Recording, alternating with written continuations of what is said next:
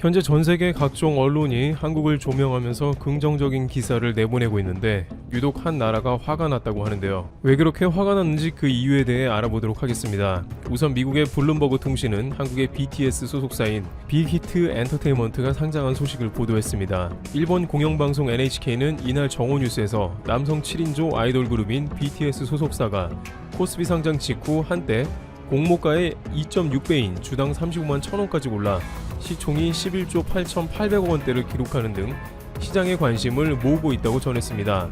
일본 언론들은 하나같이 한국의 BTS 관련 뉴스를 긍정적으로 전했습니다. 교도통신도 빅히트 상장 직후의 주가 동향을 전하면서 방시혁 대표가 기념행사에서 작은 회사에서 시작해 세계 음악시장 질서를 재편했다는 평을 듣게 됐다. 세계 최고 엔터테인먼트 기업을 목표로 하겠다고 각오를 밝혔다고 보도했습니다. 교도통신은 BTS 멤버의 병역 문제를 거론하면서 이들의 활동에 지장이 생길 경우 한국 경제가 타격을 받을 것이라는 얘기까지 나오고 있다고 BTS의 한국 내 위상을 전했습니다. 일본의 주류 일간지인 요미우리 신문과 마이니치 신문 등도 인터넷판 주요 뉴스 영역에 빅히트 상장 소식을 올렸습니다. 일본 최대 포털인 야후 재팬에도 톱뉴스 코너에 블룸버그 통신의 1호판 관련 기사가 배치됐습니다. 그런데 이렇게 일본 언론들이 BTS 관련한 뉴스를 너도나도 동시에 전하는 모습이 나오게 되자 일본의 많은 네티즌들은 적지 않은 거부감을 표하며 왜 한국 뉴스가 일본의 메인에 보도되냐며 울분을 토했습니다. 그러면서 지금 어떠한 시국인데 한국의 일개 밴드 그룹의 뉴스가 나오고 있냐면서 화를 냅니다.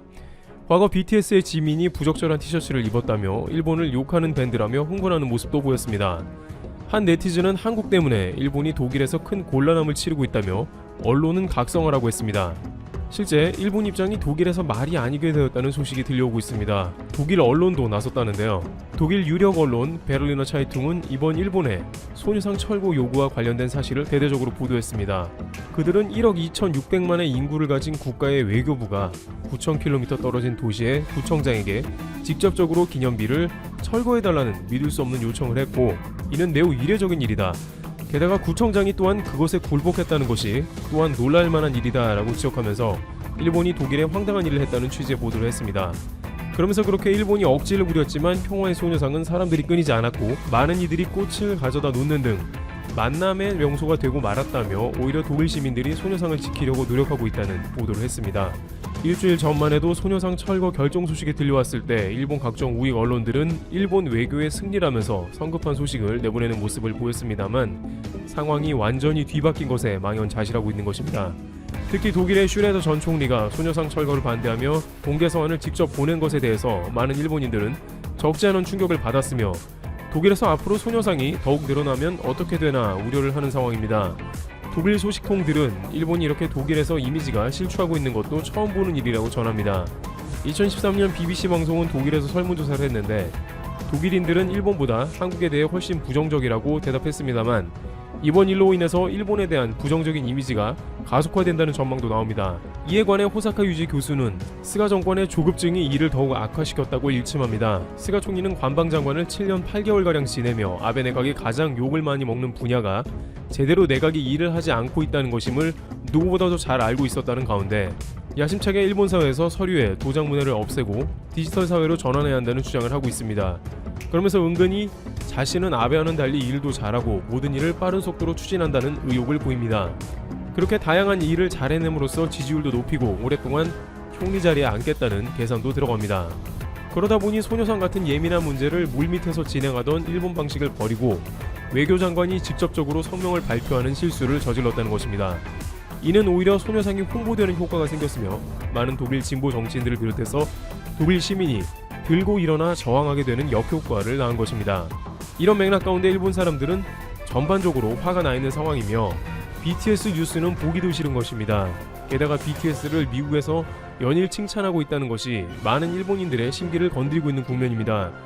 일본에서 빌보드 핫100 1위를 한 것은 수십 년 전에 단 한 번 있었던 이야기로 일본의 꿈이기도 합니다. 그런데 BTS는 빌보드 핫100 1위에 동시에 이름을 올리면서 일본을 제대로 자극했다는 후문입니다. 안 그래도 1위에 몇 주간 다이너마이트가 머물면서 많은 일본 우익들에게 근거 없는 공격을 받아왔는데 이제는 미국 가수들과 피처링도 해가면서 1위에 다시 이름을 올리면서 전의를 상실하게 만들었습니다. 한 일본 네티즌은 도저히 BTS가 그만큼 인기가 있을 만한 이유를 모르겠다고 한탄하는 모습입니다. 거의 모든 미국인들이 BTS의 이름을 알고 있으며 평소에 즐겨 듣는다는 사실 자체가 싫은 것입니다. 그런데 단순히 문화적인 측면뿐만 아니라 미국의 외교 정치권에서도 BTS를 옹호하고 있습니다. 바로 중국 누리꾼들의 반발을 산 방탄소년단의 한국전쟁 70주년 언급과 관련해 미국 국무부가 긍정적인 한미 관계를 지지하는 데 노력해줘서 감사하다는 입장을 밝혔다는 것이죠. 모건 오테이거스 미국 국무부 대변인은 14일 트위터에 BTS 공식 계정을 태그하며 이같이 적었습니다. 그는 당신들은 코리아 소사이어티의 벤 플리트상을 받을 자격이 충분하다며 음악은 세상을 하나로 만든다고 밝혔습니다.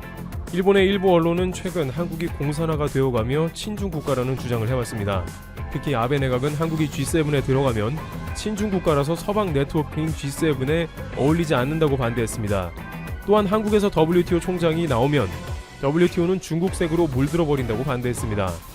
그런데 BTS는 한국과 미국의 역사적인 동맹을 상기하며 벤 플리트상까지 수상하여 찬물을 끼얹은 것입니다. 만약 그 언론들이 말한 것처럼 한국이 사회주의 좌파 세력에 의해서 국가가 전복되어 공산화가 되어가는 상황이라면 미국은 BTS에 그러한 상을 주려고 하지 않았을 것입니다. 게다가 미국 백악관 의원을 대변하는 국무부에서 그러한 트윗까지 이례적으로 남기면서 오히려 미국과 한국 간의 돈독한 관계를 나타낸 것입니다. 일각에서는 오히려 BTS를 통해서 미중 간의 냉전 가운데 미국에 힘을 보태는 것은 한국이 아니냐는 말도 나옵니다. 세계적으로 코로나 사태로 인해서 반중 기류가 강하고 미국은 중국의 코로나 책임을 물으며 신냉전 중인데 한국의 세계적인 밴드가 무엇이 정의인지 보여주었으며 한미 외교에 큰 힘이 되어 주었다는 것입니다. 특히 미국은 코로나 사태를 중국이 일으켰다고 보는데 이에 대한 해법을 한국이 제시한 것을 높게 사고 있습니다. 미국의 주요 언론은 물론이고 대중들은 이번 코로나 사태로 한국이 미국에 큰 힘을 보탰으며 귀감이 된다고 했습니다. 하루가 멀다 하고 미국 백악관 대변인들은 한국과 미국을 비교해서 미국도 잘하고 있다고 논평을 했고 CNN 경우에는 노골적으로 일본의 코로나 통계에 대해서는 믿을 수 없고 한국 통계는 아예 기준점을 잡아 인용했습니다. 이러한 뉴스가 계속 나오자 일본은 한국에 대한 각종 스트레스가 누적되고 있다는 말도 나옵니다. 미국 언론은 물론이고 미국 정치계에서조차 수없이 거론되는 것은 한국에 대한 이야기이기 때문인데 이제 한국의 가수들까지 일본 주요 포털 일면을 장식해 일본인들에게 스트레스를 가중시킨다는 것입니다. 또한 최후방 국가인 미국과 가장 의미 있는 관계를 드러내는 당사자는 일본이어야 하는데 한국이라는 것은 적지 않은 시샘과 질투를 이끌어내면서 BTS 상장 소식 뉴스를 당장 내리라는 항의도 하는 것이죠. 그러나 미중 관계에 도움을 주는 것은 말로만 그러는 일본이 아니라 한국이라는 주장까지 나왔습니다. 일본은 미국, 호주, 인도, 일본이 참가하는 태평양 네트워크인 쿼드에 참가해서 미국의 심기를 건드리는 모습이 나옵니다. 미국에 힘을 실어서 중국을 대항하겠다는 일본이 막상 쿼드 모임에서 중국을 반대하는 목소리를 내지 않았습니다. 일본은 말로만 반중이고 실제로는 아니라는 것입니다. 이와 같이 BTS를 비롯해 각종 한국 소식은 일부의 일본 네티즌들을 화가 나게 하고 있는 상황입니다. 공산국가라는 한국이 막상 미국과 중국을 대항하는 모습이 뜻밖의 일본에 적지 않은 스트레스를 주고 있습니다. 트래블 튜브 여기서 마치겠습니다. 감사합니다. 또 중국 견제에 동참하는 일본 스가 요시히데 정권은 베트남에 방위 장비를 수출해 중국 견제에 박차를 가할 것으로 보인다. 일본 정부는 베트남과 방위 장비 수출에 관한 협정 체결하기 위해 조율 중이며 스가 총리가 내주 취임 후 서대국 방문으로 베트남에 가서 협정에 서명할 전망이라고 이혼게이제이 신문이 14일 보도했다.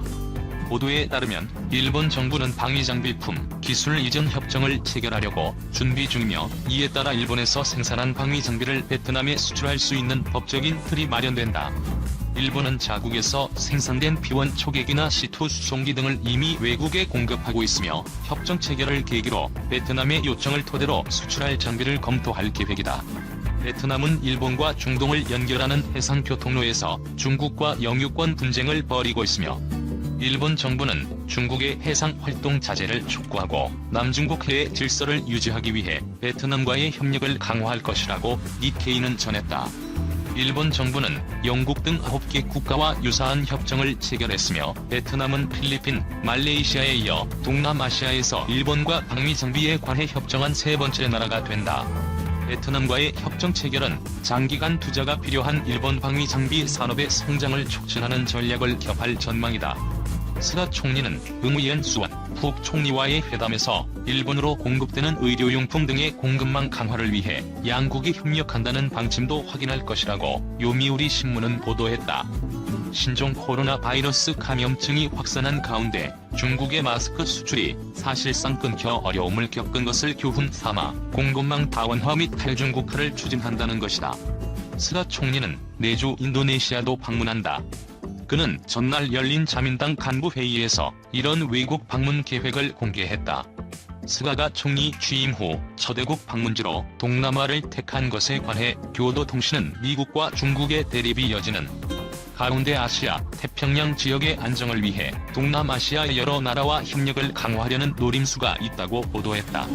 모테기 도시미스 일본 외무상은 수장이 현금을 터놓고 지역의 문제, 국제사회의 과제, 코로나19 확산 이후의 대응에 관해 확실하게 대화하는 것은 매우 의미 있다고 기자회견에서 강조했다. 중해경선 영유권 분쟁 센카쿠 수역 58시간 체류 일본 항의. 중국과 일본의 영유권 분쟁 지역인 센카쿠 열도 인근에 중국 당국 선박이 이례적으로 장시간 체류하면서 양국 사이의 긴장이 고조하고 있다. 일본은 영해 침입으로 규정하고 항의했으며 중국은 우리나라의 권리라고 맞섰다. 14일 아사히 신문 등에 따르면 센카쿠 열도 동쪽급 서민 다이슈지마 인근의 수역에 중국 해경국 소속 선박 2척이 13일 오후까지 머물다 돌아갔다. 중국 선박이 머문 곳은 센카쿠 열도를 시류지배 중인 일본이 자국 영해로 규정한 수역이며 체류 시간은 57시간 39분에 달했다고 일본 언론들은 전했다. 앞서 지난 7월 중국 당국 선박이 센카쿠 인근 수역에 38시간 23분 동안 머물렀던 기록을 경신한 것이다. 2012년 9월 일본 정부가 민간인으로부터 센카쿠 열도의 섬 3개를 사들인 국유화 이후 연속 최장시간 영해 침입이 발생한 것이라고 일본 언론들은 보도했다. 가토 가스노부 일본 관방장관은 이에 대해 매우 유감이다. 현장에서 퇴거 요구를 반복하고 외교 경로로 중국 측에 엄중하게 항의했다고 말했다. NHK에 따르면 자오리젠 중국 외교부 대변인은 중국 고유 영토이며 그 해역에서 순찰하는 것은 중국 고유의 권리다. 일본은 존중해야 한다고 논평했다. 일본 정부는 센카쿠 열도 일대에서 중국과의 신경전이 반복되는 가운데 감시용 대형 드론을 도입하는 방안을 검토 중이다. 인권 침해로 맞던 중 26개국과 전선 구축해 미공격 나선다. 미국의 전방위적인 중국 때리기에 곤욕을 치르던 중국 외교가 최근 수세적인 입장에서 벗어나 적극적인 반격을 꾀하면서 공격이 최선의 방어 전략으로 선회하고 있다는 말을 낳고 있다. 중국 공산당 기관지 인민일보는 10일 이례적으로 싱가포르 언론연합조보의 기사를 소개했다. 연합조보가 지난 7일 쓴 중국이 처음으로 26개 국가를 대표해 서방의 인권 침해를 지적하며 수비에서 공격으로 나아가다는 기사가 그것이다. 기사에 따르면 중국은 오랜 기간 미국 등 서방 국가로부터 인권 침해 국가로 비난을 받아왔다. 이번 유엔 회의에서도 독일이 39개 국가를 대표해 중국이 신장 및 홍콩에서 심각한 인권 침해를 저지르고 있다고 비난했다. 지난해엔 23개 국가가 중국을 공격했는데 올해는 16개 국가가 늘었다. 중국은 과거 이런 비판에 직면해 중국의 상황을 설명하는 데 급급했다. 그러나 올해는 달랐다. 맞불 작전에 나선 것이다. 장진 유엔 주재 중국 대사가 처음으로 26개 국가를 대표해 인권 문제에서 서방을 공격하는 행동을 보였다. 중국이 대표한 26개 국가는 러시아와 북한, 시리아, 쿠바, 이란 등 대부분 미국으로부터 각종 제재를 받는 국가들이다.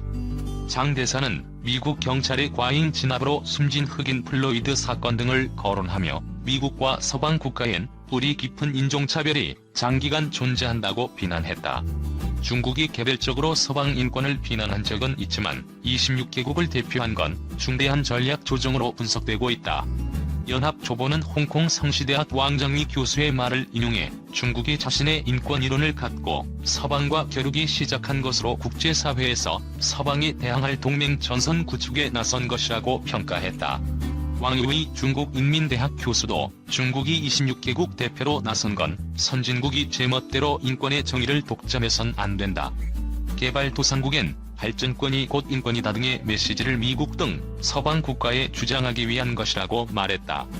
이처럼 중국이 과거 방어적 입장에서 탈피해 공세적으로 나서는 행보에 맞춰 왕이 중국 국무위원 겸 외교부장이 11일부터 15일